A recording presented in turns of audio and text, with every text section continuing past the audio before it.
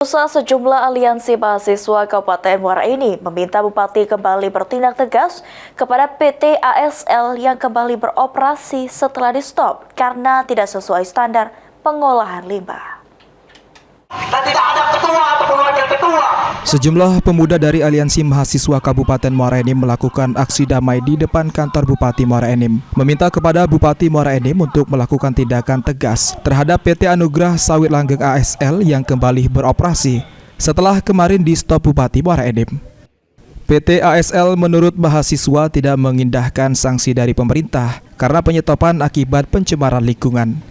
Dengan kembali beroperasi, perusahaan tersebut otomatis kembali mencemari lingkungan karena limbahnya. Perizinan PT ASL sendiri menurut mahasiswa tidak sesuai persyaratan. Salah satunya syarat yang dipenuhi harus memiliki 15 kolam pengolahan limbah. Namun hanya ada 7 kolam, meski begitu mereka tetap beroperasi. Masih produksi Pak, kalau untuk terkait produksi. Kalau kita melihat kan, kalau daripada surat keputusan itu kan harus memenuhi SLU terlebih dahulu Pak, kolam penampung limbah. Nah kalau untuk kolam penampung limbah itu, mereka itu kan membutuhkan 15 kolam. Nah kalau kita lihat daripada realitas di lapangan, itu baru 7 kolam Pak, dan juga belum melewati terkait netralisir limbah. Dengan kembali beroperasi PT ASL, masyarakat kembali resah karena pemerintah dan pihak terkait kecolongan.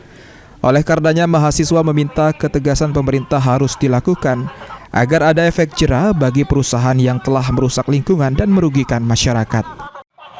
Mardiansyah, PAL TV.